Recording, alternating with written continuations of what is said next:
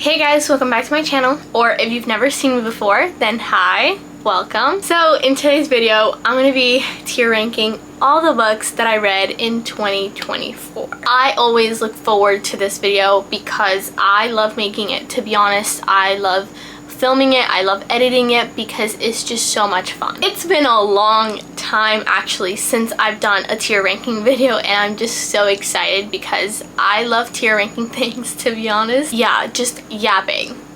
You know I do. And in this video, I'm going to be doing a lot of that because even though I didn't read so many books, it's still a pretty good amount that requires me to yap a lot. Putting it out there at the beginning of this video because I want you to know to get comfy, get some snacks, because this is going to be a long one. But like I said, it's going to be so much fun and I'm so excited. But first, before we get into that, I do want to talk about my Goodreads Wrapped. You know, just talk about all the reading that I did in 2024, you know, some statistics that Goodreads kindly did for me, and talk about my reading goal, whether or not I completed it.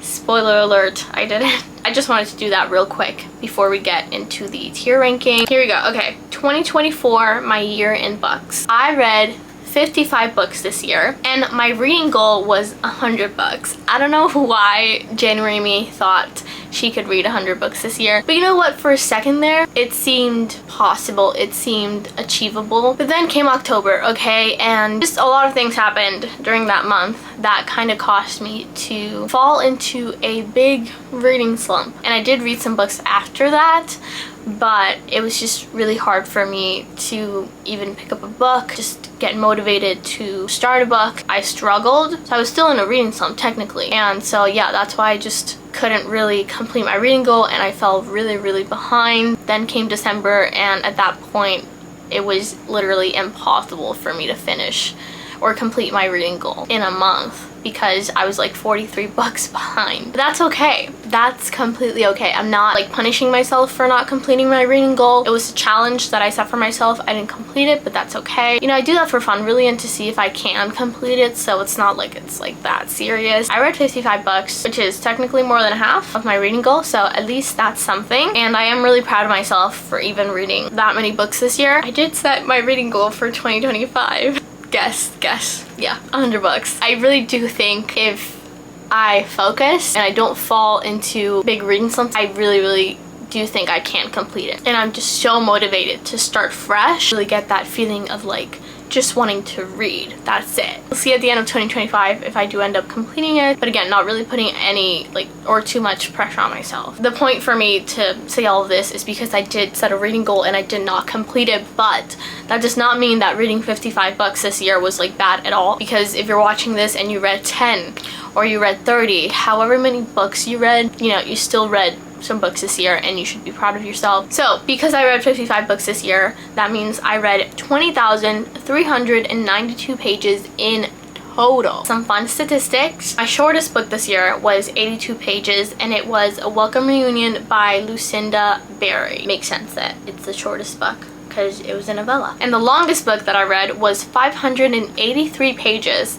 and it was Final Offer by Lauren Asher. Of course, it had to be a Lauren Asher book because her books are really like over 400 pages, even though they're romance books. And I say that because normally romance books aren't that long, but with Lauren Asher books, I really don't mind. I've said this over and over again, but just to repeat it one more time, yeah, I don't mind it because I love her character, so I just want to read more and more of them. I just don't even notice it, and when I'm finishing the book, I'm like it's already over, and you know, I had read over 400 pages. Then my average book length in 2024 was 370 pages. And this is interesting. My most shelved book, 4,802,189 people also shelved, was The Silent Patient by Alex Myacolladopr. I don't know how to pronounce his last name. Yeah, it makes sense because that's a really popular book. My least shelved book, okay, that only 899 people also shelved, which that's not pretty bad. That's a lot of people still. It was Redefining the Rules by Emily Tudor. Makes sense again because when I read that book, I hadn't really heard about it. Really, it's not a popular book, but it's an underrated book. You know what? I don't even know how I came across it. I think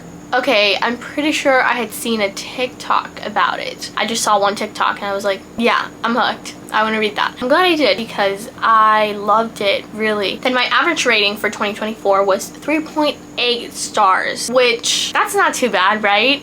I think that means I rated a lot of books this year pretty high, which means I read a lot of good books this year and books that I ended up loving. My highest rated book on Goodreads that I read in 2024 was, oh wait, the average is 4.37, was Just for the Summer by Abby Jimenez. Deserves it because it was a really good book. I can confidently say now I'm an Abby Jimenez fan because this was part of an interconnected standalone series and I read the first 2 books and I'm just now in love with those characters and the characters in Just for the Summer, but also her writing. It reminds me a bit of Emily Henry's, but it's just unique in its own way. Obviously, the chemistry, the banter, it's so emotional, the depth of the characters, the character developments, it's just so good. And my first review of the year was Love and Other Words by Christina Lauren. This was a reread. Well, no, that's not true.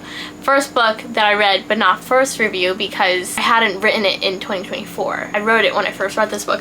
So you know what? I'm gonna actually look for the second book that I read in 2024 and read that review because Love and Other Words technically wasn't the first review I wrote in 2024. Second book that I read in 2024 was Out on a Limb by Hannah Bonham Young. So I'm gonna read that review. Okay, I actually have never read a book with an accident?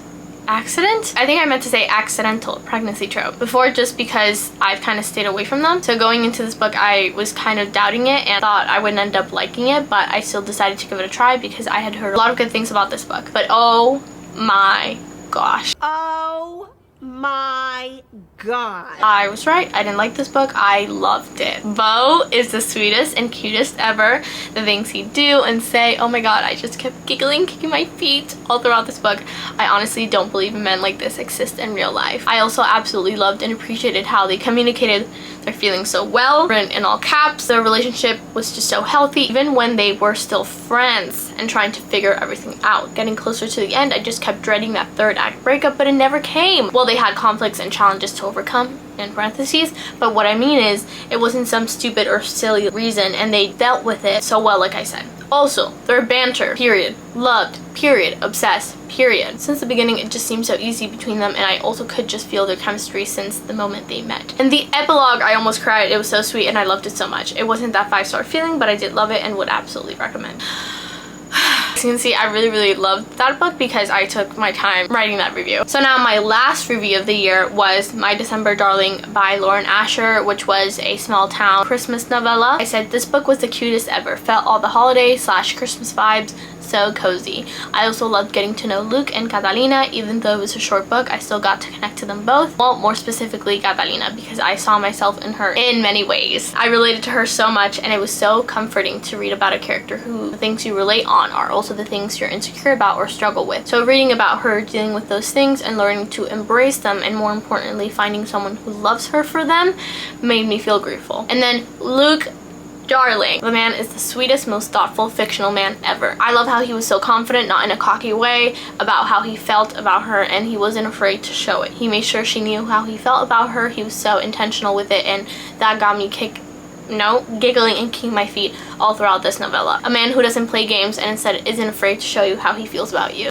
And then I wrote the, I don't know how to call those. Arrows? What do you mean? I don't know how to call those. Yeah, arrows, but like this way. So it's like, you know what I'm trying to say. I don't need to explain it. Honestly wish I got more of them, like I was just getting to know them, but I get it's a novella. Anyways, really enjoyed this and would absolutely recommend. Lauren Asher, you've managed to add yet another one of your fictional men onto my never-ending list of favorite book boyfriends. And that's true, like somehow she manages to always do that. And that was it. That was my Goodreads wrapped. And now we can get started on tier ranking all the books that I read in 2024. I'm so excited, as you can tell. Okay, as I do in every tier ranking video, I'm gonna explain to you first all the tiers, okay, one by one. Let's go first to last. First one. It's not enough that I read it. I need it tattooed on me. This is God tier. This is, well, I mean, it's pretty self-explanatory, right? So it's not enough that I read this book.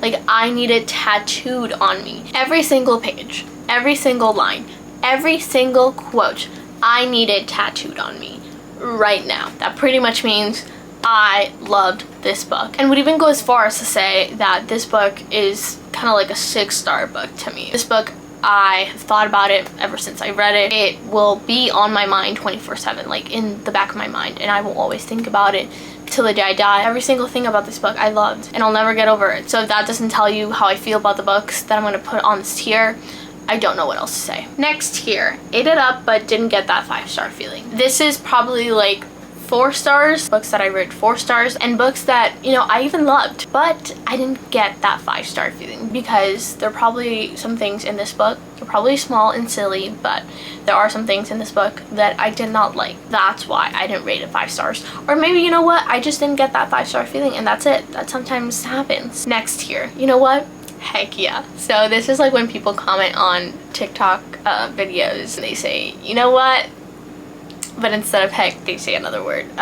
So I just changed that. So it'd be, you know what? Heck yeah. This is kind of like the mid tier, you know? Like how I felt about this book was kind of like meh. I have mixed feelings about it. I didn't love it, but I didn't hate it.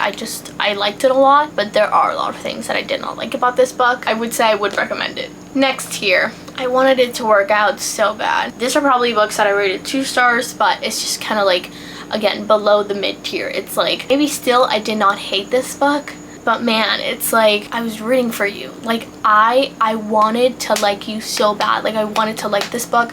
I wanted to love it actually, but it just wasn't meant to be. Maybe I did not hate this book necessarily, but I did not necessarily like it either. It's complicated. It's kind of like a book that maybe I had high expectations of it. Maybe it was an anticipated release, or someone had recommended it to me, or I had seen it like everywhere. I just expected to love it, and it just let me down so bad. Like it really disappointed me. Next tier is don't remember a single thing about this book. So I made a completely separate tier just for this because there are some books this year that like I really did not remember a single thing. I don't know how I feel about the books on this tier. I just don't remember a single thing. So it's like that means it was not memorable, and so yeah, technically means I did not like it, because, you know, if I had liked it or loved it, I would have remembered a single thing about this book, but I'm just like completely erased it from my mind. Obliviate. And finally, the last tier, which was inspired by a certain Taylor Swift song, and it is, it was momentary, it was unnecessary, should have let it stay buried, oh what a valiant roar, what a bland goodbye. Okay, that's over, but yeah, it's from that song. These are books that like really, it was momentary, it was unnecessary. Did not have to read this book. I probably should have DNF'd it. It was just like, again, unnecessary, a mistake for me to read this book, and I wish I never read it, and it was just a really bad book. And the books in this tier I probably do really hate. To be completely transparent with you guys, there are probably not that many books this year, or in 2024, that I'm gonna put in this tier, because I don't think there were so many books that I really hated, which is good. Still created this tier because there are a couple, or maybe one. Those are all the tiers. So now I'm going to start tier ranking all the books that I read in 2024. Let's get into it. So the first book, The Fine Print by Lauren Asher. This is part of an interconnected standalone series called the Dreamland Billionaire series. This book was definitely my favorite book in the whole series. I loved this book so much. I just deeply connected to the characters. Sarah, the female main character of this book, she is such a bookish girly. Rowan Kane, the male main character of this book, he is the absolute perfect book boyfriend. Like, he is the boyfriend every bookish girlie wants, truly, because the things he would do for Sarah regarding her love for books. I still think about this book. It's been in the back of my mind 24/7 since I read it. It was just so fun, so magical as well, because the setting is Dreamland, which is Lauren Asher's version of Disneyland. They had so much banter and tension because this is Rivals to Lovers. I just loved it so much. This is going definitely in the It's Not Enough That I Read It, I Need It Tattooed on Me tier, because this is a 5-star read for me. I would absolutely reread it. Next, Love and Other Words by Christina Lauren. Like I said, this was a reread because I had gotten the special edition of this book for Christmas of 2023, and so beginning 2024 I was like, this is the perfect reason for me to reread this book.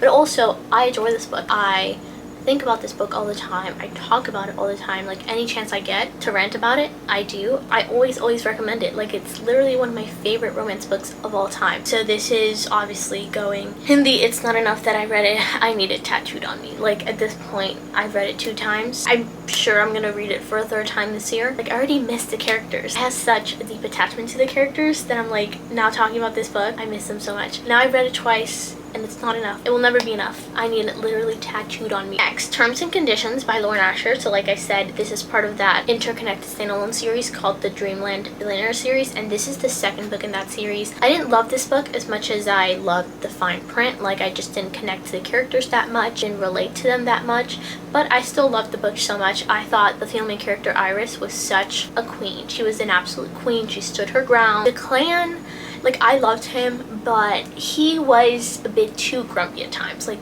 that grumpiness got too far sometimes, and I was like, you need to calm down, sir. It would just be like hilarious when she would put him in his place. I would put this in ate it up but didn't get that 5-star feeling. Next, If He Had Been With Me by Laura Nowlin. So this I read for a reading vlog where I read just sad books for a week. This book is so sad. It's absolutely heart-shattering. Like, I cried my eyes out. I sobbed for minutes after finishing this book. And I would say it's more like coming of age. I thought it was a bit slow at first. Like, I got bored at times because she's narrating this book and just telling us her day-to-day life. But I get that everything that I read, everything up until the end, that was building up the history between the two main characters and the moments that they shared together. Now I see that even though maybe I was bored, but like, I was still connecting to the characters because it hit me like a truck. Like, I had formed some attachment to the characters because I think I wouldn't have sobbed if I didn't. I do still think about this book from time to time. It wasn't that I really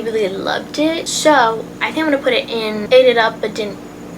What just happened? There we go. Okay, ate it up but didn't get that 5-star feeling. Next, Behind the Net by Stephanie Archer. So this is also part of an interconnected standalone series called the Vancouver Storm series, and this is a hockey romance. Hello? My light just ran out of battery and I do not have time to charge it, so that's how I'm going to continue this video.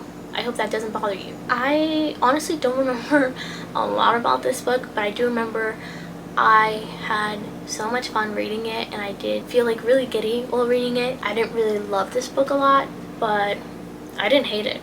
No. So I'd say, you know what, heck yeah. It's kind of like a mid book for me. Next, Out on a Limb by Hannah Bonham Young. So this is an accidental pregnancy trope. Don't let that keep you from not reading this book because I loved it so much. Like, she wrote that trope so well. They were just like so mature, the both of them, and they had such good communication. Both, the male main character was the sweetest man ever. They had just such a healthy relationship that I loved it so much, truly. I'm gonna put it in ate it up but didn't get that 5-star feeling. Next, Icebreaker by Hannah Grace. So this is a hockey romance. What I remember about this book mostly is the spice, and I don't mind it truly, but I'm not really like much of a spice girly, so like when it becomes too much and when it takes away from the emotional connection between the two characters, that's when it becomes a problem for me, and that's when it becomes a reason for me not to like the book. Because honestly, this book was too long for me, and that was mostly because of the spice scenes. It could have been eliminated or replaced with those type of scenes, like moments where they bonded or just grew as characters or just connected emotionally. The fact that those weren't those type of scenes, it just made it a bit boring at times. I didn't really connect to the characters, I didn't really relate to them. But did I hate it? No. I still enjoyed it. I just didn't really think it had like really much of a plot. There were some times where I was giggling, kicking my feet because of the male main character. I think his name is Nathan. So yeah, like I said, it was enjoyable at times, but at some other times I was just like, let's move on, this is boring. So I would put it in, you know what, heck yeah. Next, in the same boat, I can't remember the author's name, but I think this was about a canoe race. I remember it being fun because it's kind of like an adventure romance, but again, I didn't really connect to the characters. I didn't grow any type of attachment to the characters. I didn't really think about this book much after I read it. Oh, and I do remember it was very frustrating because basically the whole book, the two main characters are in this canoe stuck together doing this canoe race. There's a lot of miscommunication going on because of something that happened between them. If they would have just had one simple conversation. I hate the miscommunication trope so much. I'm gonna put it in I wanted it to work out so bad. Next, Final Offer by Lauren Asher. So this is part of that interconnected standalone series called the Dreamland Billionaire series. This is the third and final book in that series. And I think I love this book as much as I did the fine print. I had already read a little bit about the male main character before going into this book, and I was eager to get to know him. I was so excited to read this book because every time he would appear in any scene, in again, the previous two books, I would just like be laughing. Like, he was just so funny, and I fell in love with him like even more. I connected to him, and I also connected to the female character because, I mean, starting off with the fact that she's a Latina woman, which I appreciated that. I love the history between these two characters as well. Could instantly see the chemistry between them, the special connection they had. I love the two of them so much. I think I did rate this 5 stars. I would say I love the fine print just a little bit more, but still I'm gonna put this book in, and it's not enough that I read it. I need it tattooed on me. I really do think about this book from time to time. The next book is When in Rome by Sarah Adams. I love this book so much. This book is so cozy. That's all I can say. It's a small town series, and it's also part of an interconnected standalone series. This book gave me Gilmore Girls vibes, and that's why I loved it, like truly. Also, the characters in this book, like I could compare them to Gilmore Girls characters, and just the town gave me Stars Hollow vibes. The main characters were giving Luke and Lorelai. This man was just like the sweetest fictional man ever. He's just like the ultimate small town man. She's just like the complete opposite. They fit so well together. I loved them so much. But I'm gonna put this in Ate It Up, but didn't get that 5-star feeling. Next is The Naturals by Jennifer Lynn Barnes. I'm actually gonna go ahead and rank all the books in this series after I talk about this first one. I had such a roller coaster reading the series. I formed such a deep attachment to the characters. Like I really did not think I was going to, but I did. Like I was dreading finishing the series because I had connected so much to the characters that I did not want to let them go. And I miss feeling like that about a series. The author really made me feel like I was part of their friend group, and that was so special. The thrilling aspect was so much fun. The plot twist I did not see coming. But The Naturals, the first book, like really got me into the series. Like obviously I wouldn't have continued this series if I didn't love the first book, but it's not my favorite in the series, so I'm gonna put it in Ate It Up, but didn't get that 5-star feeling. And so I'm gonna look for the second book, Killer Instinct. I'm gonna also put this in Ate It Up, but didn't get that 5-star feeling. Third book, where are you? All In. This was more interesting. This was in a different setting, and I feel like it was more intense, but still I'm gonna put it in Ate It Up, but didn't get that 5-star feeling. The last book, where is it? Bad Blood. I'm gonna put this in, and it's not enough that I read it. I need it tattooed on me. Like that last book, wow, that was so intense, so fast-paced. Like so many things happened at once. Everything was building up to that last book. It was just insane, like so crazy. I loved it. So that was definitely my favorite out of all the books in this series. Next, Pack of the Moon. This was another sad book that I had read for that sad reading vlog. This was, I would say, as sad. It's more adult, because If You Had Been With Me was more like YA, and Pack of the Moon was like about 2 adults, and like it was just like a different kind of tragic, a different kind of sad, but I still cried so much. Wow, like yeah, it really stuck with me now that I'm talking about it again. I would put this in Ate It Up, but didn't get that 5-star feeling. That was a heavy book. Next, The Fake Out by Stephanie Archer. So this is the second book in the Vancouver Storm series. I loved it more than Behind the Net. I don't know, I just loved the characters more. Like I remember being absolutely obsessed with the main character. He was like so flirty and charming and so obsessed with her, but obviously not in like a creepy way. And yeah, he just had me giggling, kicking my feet, and just like so giddy. I had so much fun reading this book. So I'm gonna put this in Ate It Up, but didn't get that 5-star feeling. Next, Redefining the Rules. Let's keep the theme going. This is another hockey romance. I think this book is so underrated. I loved the main character so much. I remember him being a Swiftie. Oh, I remember him being a rom-com lover. This book was pretty short, so like it didn't really give me the time to really like attach myself to these characters or really connect to them. But I did love it so much. Oh, and he also loved books. Like, hello? What more could you want? I'm gonna put this in Ate It Up, but didn't get that 5-star feeling. Next, The 7-Year Slip by Ashley Poston. So this is magical realism. I remember loving this book, but not because of the romance, surprisingly, but because of the many serious topics it touched on. It was really unique, like this plot line. Like these two characters literally live in different timelines. I'm gonna put this book, though, in Ate It Up, and didn't get that 5-star feeling. Next, Practice Makes Perfect by Sarah Adams, part of the When in Rome series. I love this book so much more because I related to Annie so much. Like, I had never related to a female character that much, well, in so long. It just felt so special because I saw myself in her in so many ways. Like, I felt seen. I also love the male character so much. He's a bodyguard, and it's kind of like giving bad boy, good girl, but he's such like a sweetheart on the inside. I do think about it all the time now. It is a book that I would absolutely reread. I'm definitely gonna put this in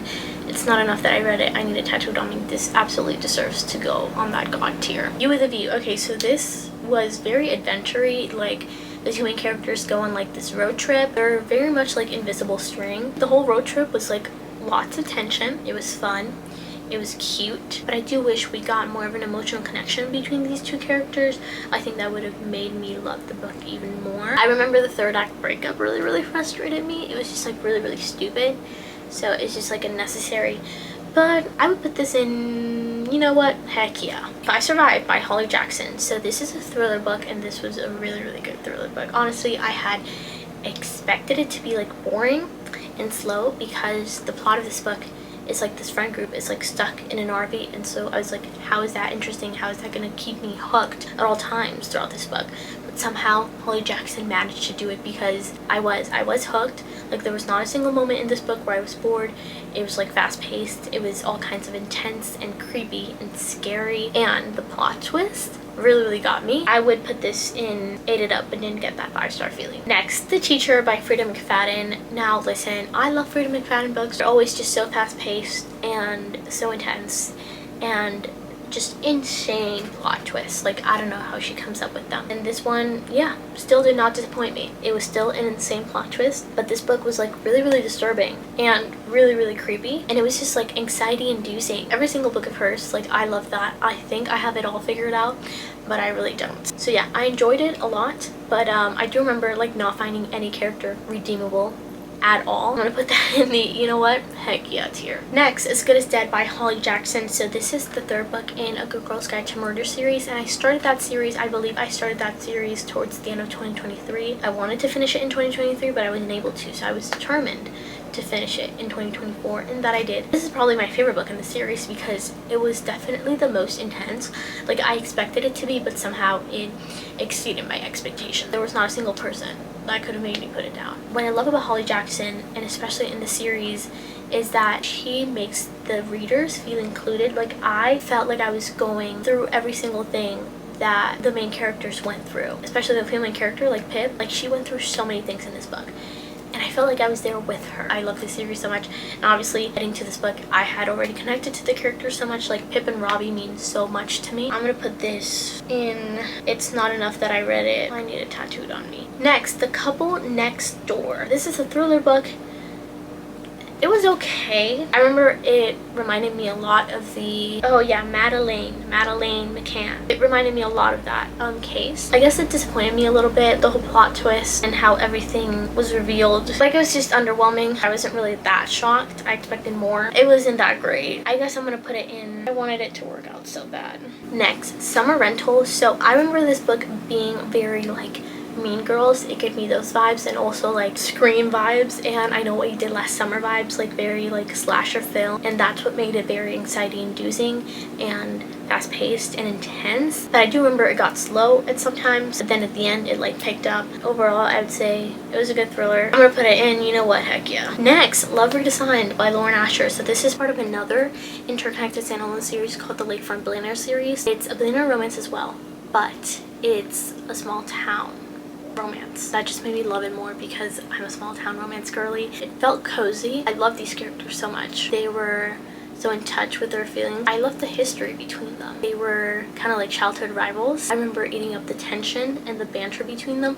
Oh, I do remember like they had so much fun with each other, which made the book like fun to read. You could instantly feel like the chemistry between them, and the fact that they were so comfortable with each other, even though like they had always been in competition with each other. They would just like be throwing jabs at one another like all the time, but it would be very entertaining. Overall, I really loved this book. I'm gonna put it in 8 it up, but didn't get that 5-star feeling. Next, we have Just for the Summer by Abby Jimenez. So this is part of an interconnected standalone series. This is the third book in that series. I was on an Abby Jimenez binge at that time, and I was just obsessed with her writing. I still am. I really loved this book. One thing about Abby Jimenez books, they're so emotional, and this one definitely was. These two characters go through a lot, and you just get to go through all of that with them. This book was just like so special. I don't know how else to describe it. I loved the main character so much, Justin. I remember every time someone would describe Justin, they would say he was the definition of if he wanted to, he would.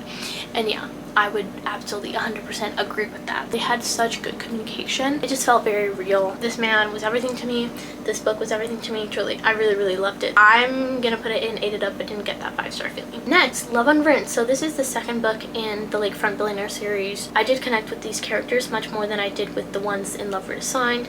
I also did love this book more. I really felt like the two characters, they were struggling with a lot. I love the fact that they were always there for each other. I'm not over them. I loved this book so much. I also remember this book having like songs because she's a songwriter. I love that aspect of this book. Yeah, this book also has a kid, like he's a single dad, which I love the single dad trope. So sometimes a kid can make or break a book, and this kid made it. He was definitely a big reason for both of these characters' character developments, but especially Raphael's. There's a lot of self-healing in this book that just made this book so beautiful and so special. I'm gonna put it in 8 it up, but didn't get that 5-star feeling. Next, It Happened One Summer by Tessa Bailey. I wish I couldn't remember a single thing about this book. Listen, I truly did not like this book. I'm even gonna go as far as to say that I hated it. I just don't like Tessa Bailey's writing. It was so cringy. I did not feel any chemistry between the characters at all. They had 0 emotional connection. It was just like all physical connection. I don't want to talk about it anymore. I'm gonna put it in, it was momentary, it was unnecessary. The Perfect Child. Okay, this book was creepy. It was disturbing.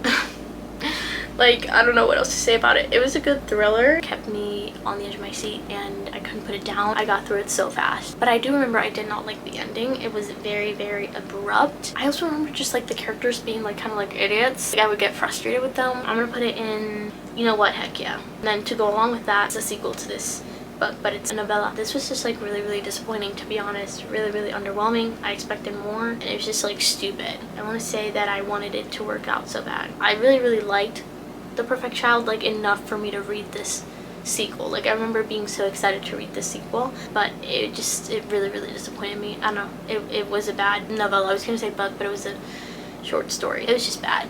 Then The Exception to the Rule by Christina Lauren. Like it was so short that I did not have time to connect to the characters. It was so fast. Like they met, they maybe talked once. There was like one spice scene and that was it. Like it was over. It's not that I hated it, but like, you know what, I can't remember a single thing about this book. Didn't get to read a lot about them, so it's just like, okay, great, like I finished this, let's move on, you know. Next, Happily Never After by Lynn Painter. Man, was this a letdown, and that is such a bummer because this was my most, well, not my most, but one of my most highly anticipated books of 2024, and it was such a disappointment.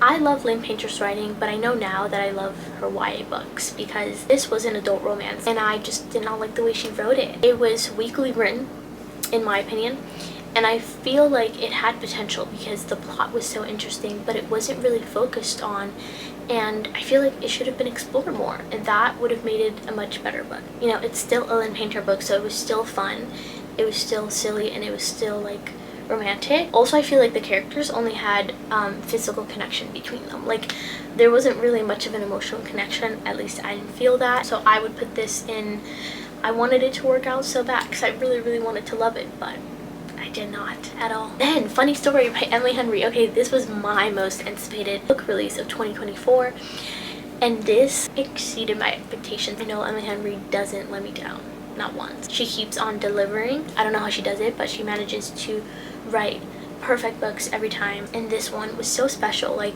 the main character was so different from any other book boyfriend I had read about because he's not like book boyfriend attractive. He was just like really unique in his own way, and I really loved him for that. And he reminded me so much of Nick Miller. I mean, these two gave me Nick and Jess vibes, and I love Nick and Jess. I love New Girl. Also, I really related to Daphne. She gave me the Prophecy vibes by Taylor Swift. I love them both so much. I mean, I cried, as I do with every Emily Henry book. I would definitely put it in It's Not Enough That I Read It. I need it tattooed on me. Talking about Emily Henry books, book lovers, this was a reread.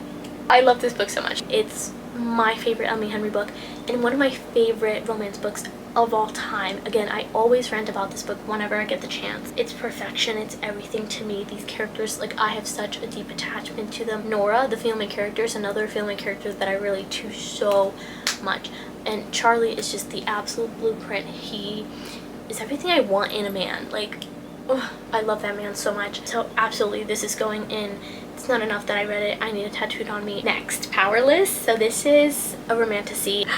And I read this for the first time in 2024, and I cannot believe I just said that sentence because it feels like I've loved this book for so long. Like, I always say this when I talk about this book, but yeah, it truly feels like that. This book, like, I just became so obsessed with it while I was reading it, and then but instantly, it was just like an instant obsession. The male main character, Kai Azar, that man.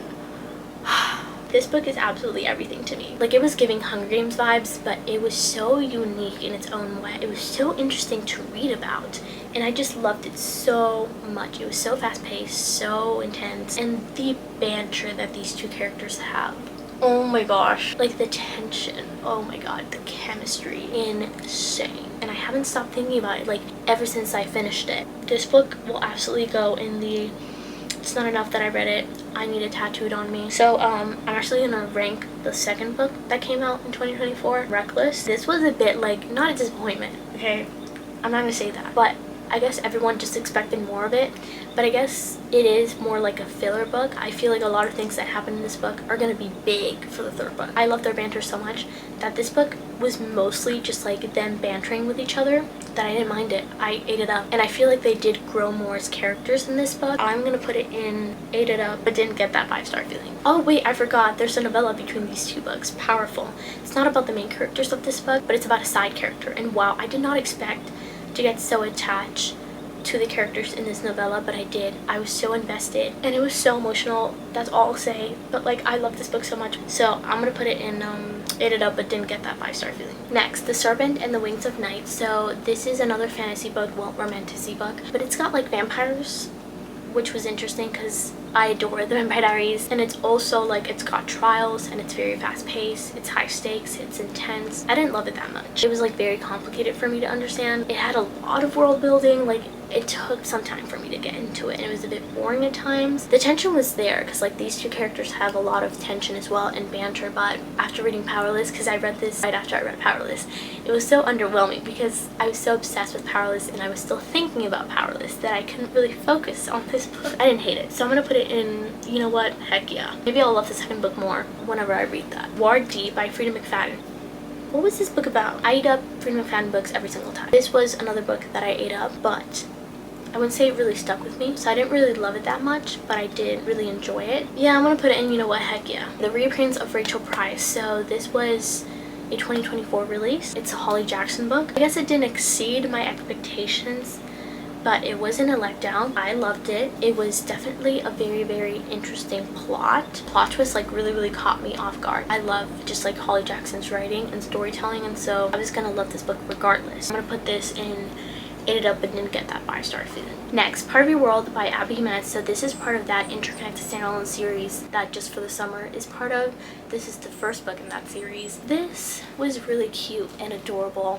It also felt kind of like magical. I really enjoyed it. So I'm gonna put this in ate it up, but didn't get that 5-star feeling. And you know what? I'm gonna go ahead and rank the other book that's part of this interconnected standalone series, Yours Truly. This is by far my favorite book in the series because I related to the male main character so much, mostly because this has anxiety representation, and I loved the relationship so much. Jacob is the sweetest man ever. This book like really tugged at my heartstrings. I wanted to hug Jacob so much throughout this book, and I loved Brianna because she really understood him like from the get-go, and she's what I feel like every person with anxiety like wants in a partner. Oh, there's a dog in this book, and I'm not gonna say anything else. And it's a book that I've been thinking about ever since I read it, so definitely will go in God tier, in the It's Not Enough That I Read It, I Need It Tattooed on Me tier. Next, Night Shift. I don't know whether to put this in It Was Momentary, It Was Unnecessary because I really hated this book, or in I wanted it to work out so bad because I really wanted to love this book. Like, just by the cover, it gave me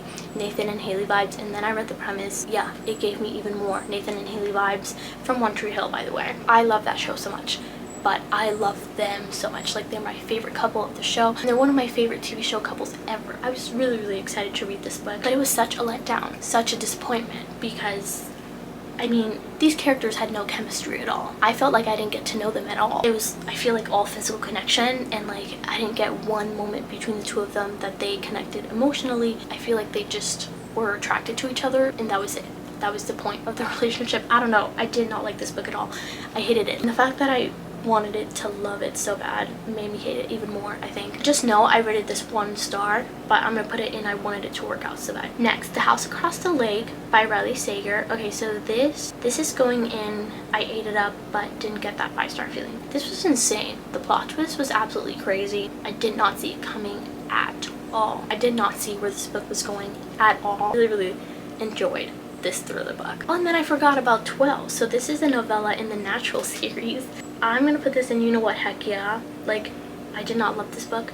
Well, it's a novella, but I did not love it as much as I did the other books in this series because it was so short, but I still loved it because I still got to read a little bit more about these characters, which I had missed so much. It was comforting because it was set years later, so I got to see where the characters that I had loved, where they were in the future, you know, in their lives, and what had become of them. And I wasn't disappointed at all, so I love that. Then we have Wild Love by Elsie Silver. This was my first Elsie Silver book, and I'm telling you, I fell in love with her writing. This is a billionaire romance, and it's single dad.